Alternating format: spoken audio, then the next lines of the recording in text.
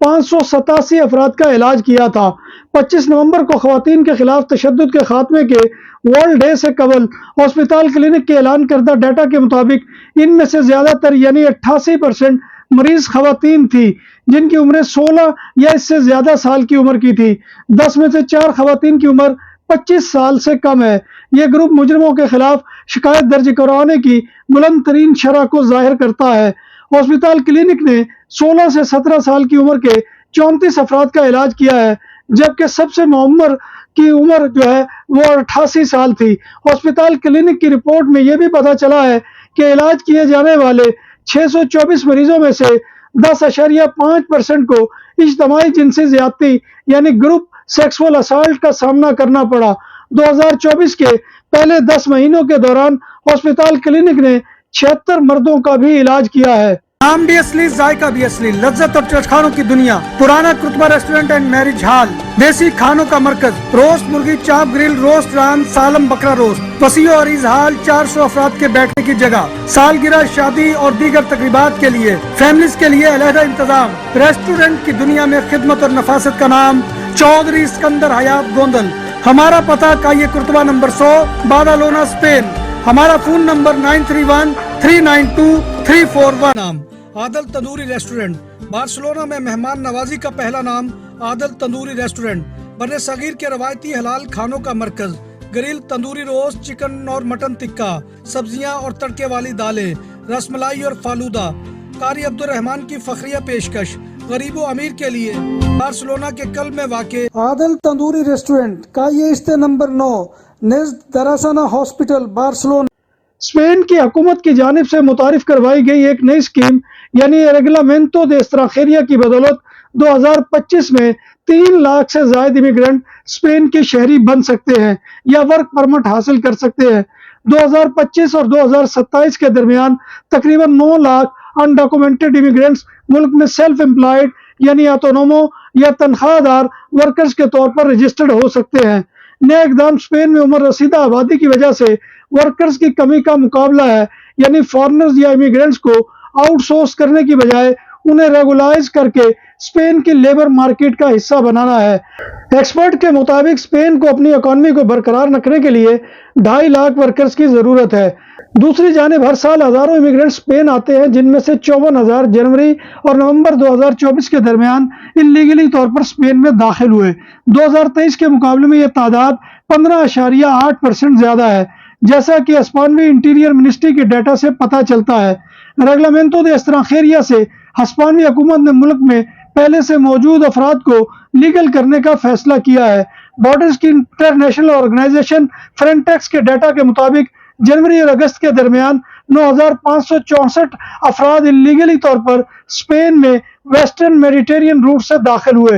اس کے علاوہ کناری eyes land سے سب سے زیادہ امیگرنٹ اسپین میں داخل ہو رہے ہیں، جن میں الجزائر، مراکش اور مالی کے افراد شامل ہیں، جبکہ یورپی یونین کو سب سے زیادہ شامی، مالی اور افغانی امیگرنٹس کی آمد کا سامنا رہا ہے۔ یورپی یونین کو جنوری اور اگست کے درمیان 1,39,847 امیگرنٹس کی آمد کا سامنا رہا ہے۔ روس کی جانب سے ہوائی حملوں یعنی ایئر اسٹرائکس کے بڑھتے ہوئے خطرے اور دھمکی کی وجہ سے اسپین، یونان، اٹلی اور پرتگال نے یوکرائن میں اپنی ایمبیسیز کو ٹیمپرری طور پر بند کر دیا ہے۔ یورپی یونین کے 4 ممالک اسپین، یونان، اٹلی، پرتگال نے یوکرائن میں اپنی شہریوں کو کہا ہے کہ وہ اس عرصے کے دوران محتاط رہیں۔ ان ممالک نے اس بات پر زور دیا ہے کہ یوکرائن میں جنگ کے آغاز کے بعد سے اس طرح کی عارضی بندشیں کئی بار ہو چکی ہیں، لہذا تشویش کی کوئی بات نہیں ہے۔ تازہ ترین سرکاری ڈیٹا کے مطابق اسپین نے جنوری اور مارچ 2024 سے اب تک غیر ملکی شہریوں کو 780 گولڈن ویزے جاری کیے ہیں۔ 2013 میں اس پروگرام کے آغاز سے اب تک 15,300 سے زائد افراد اس اسکیم سے فائدہ اٹھا چکے ہیں۔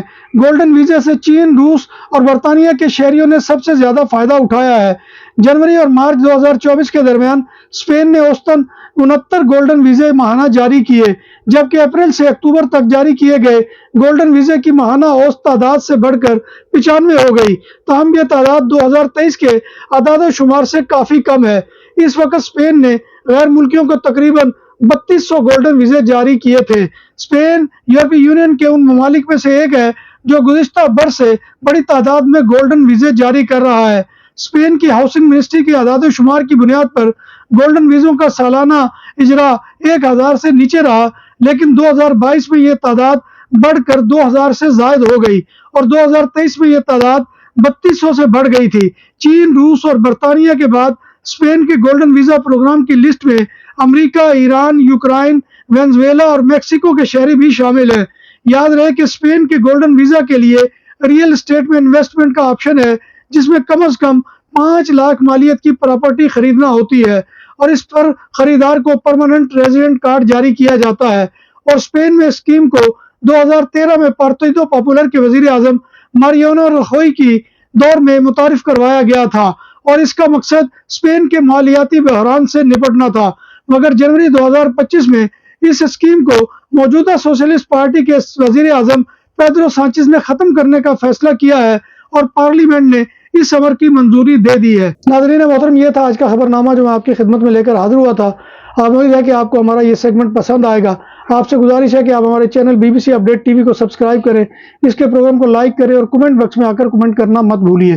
اللہ تبارک و تعالیٰ کے حضور دعا ہے کہ وہ ہمیں ایمان اور صحت کی سلامتی کے ساتھ زندہ رکھے اور ہمارا خاتمہ ایمان کے اوپر کرے اور روز محشر نبی کائنات صلی اللہ علیہ وآلہ وسلم کی شفاعت اور زیارت نصیب فرمائے۔ آمین یا رب العالمین۔ اسی دعا کے ساتھ اپنے میزبان مرزا ندیم بیگ کو کل تک کے لیے اجازت دیجیے۔ انشاءاللہ کل دوبارہ آپ کی خدمت میں حاضری ہوگی، تب تک اللہ حافظ۔